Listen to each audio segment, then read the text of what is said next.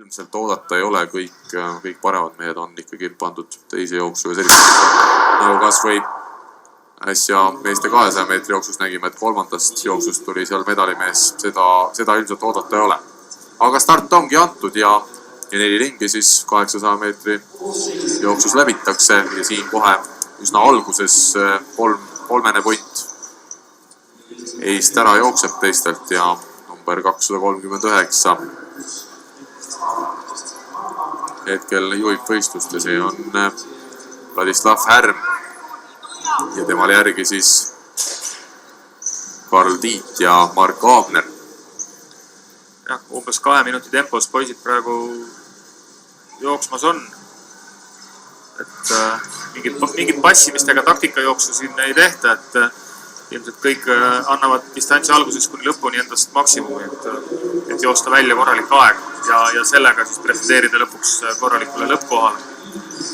Härm, kes jooksu hetkel veab, tema isiklik rekord ongi natuke üle 2 minuti 2.01.74, saab näha, äkki tõesti 2 minutit täna temal esimest korda alistub. Aga nüüd nägime Merlin Uudme tegi küll pika katse, kuid selgelt astus üle seal. Aga siin nüüd 300 meetrit jäänud veel joosta nõrgemas jooksus ja võistlust veab ikka Vladislav Härm. Ja kell näitab 1.29, kui viimasele ringile vastu mindi. See tähendab seda, et 2 minutit võiks olla reaalne küll. Jah, et see viimane ring selliste tempo jooksude puhul ei pruugi alati olla see kõige kiirem ring, et suur osa energiast on juba rajale jäänud. Tähti Alver samal ajal aga kaugushüppes, aga punane lepp tõuseb, nii et siit midagi sünni. Vaatame nüüd, kuidas see 800 meetri jooksu lõpplahendus kujuneb.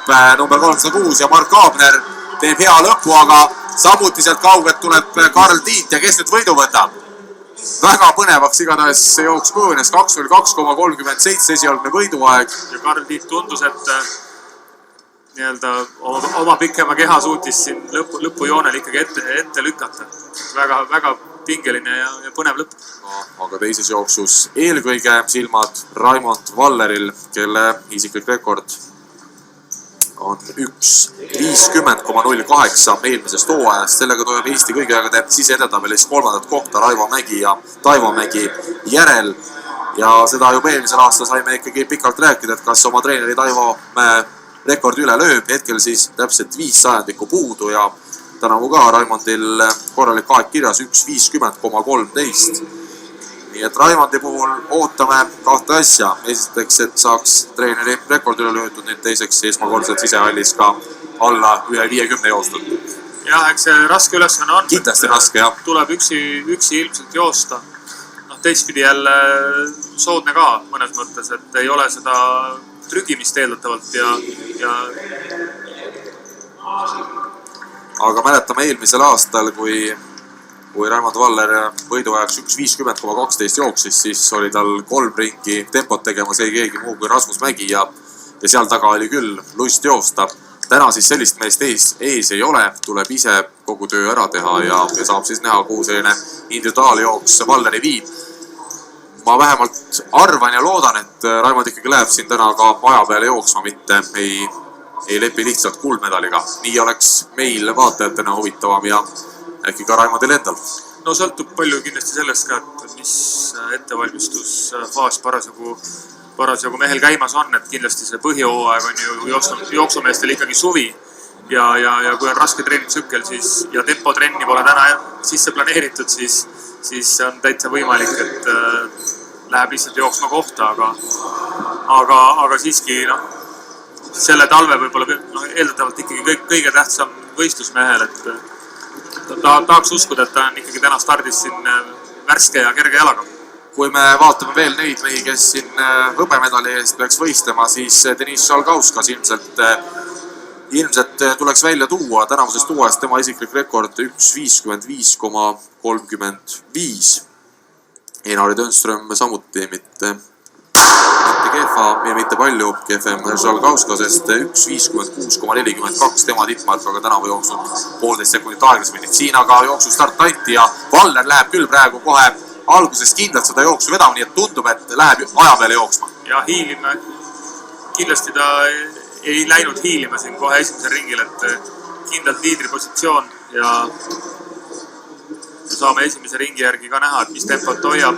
27 sekundit umbes esimese ringi aeg, et täiesti korralik ja kiire jooksu algus. Šalkauskas praegu Valleri järel veel püsib, aga ilmselt see on aja küsimus, kui Valler vahe sisse teeb. Igatahes nüüd 300 meetrit läbitud, aeg 42 sekundit umbes ja Valler liigub heas tempos. Saab nüüd näha, kas ikkagi see rekorditempo on, aga samm on ilus ja samm on kerge, mis kõige tähtsam. Pool distantsi läbitud, vaheaeg 55 sekundit. Ehk siis nüüd oleneb kõik sellest, milline see jooksu teine pool Valleri jaoks on, kas see on kiirem kui esimene või mitte.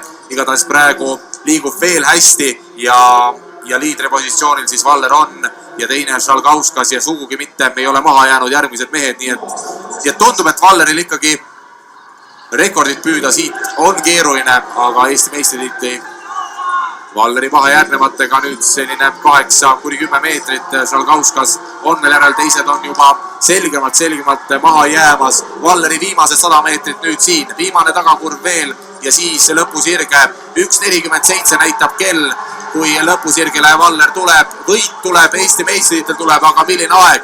Aeg on kehva, 1.54,58. Valler täna siit ikkagi nagu jooksu keskel aru saime, suurt ja võimast tulemust jooksma ei läinud, mis oleks olnud üsna keeruline suurte konkurentide puudumisel, aga esikoht ja Eesti meistritiitel sellegi poolest.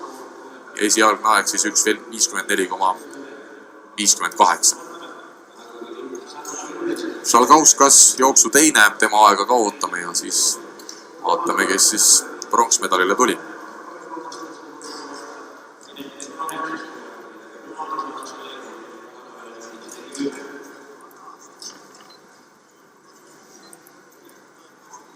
Naiste kaugushüppes samal ajal kolmas hüppevoor jõudnud keskpaika.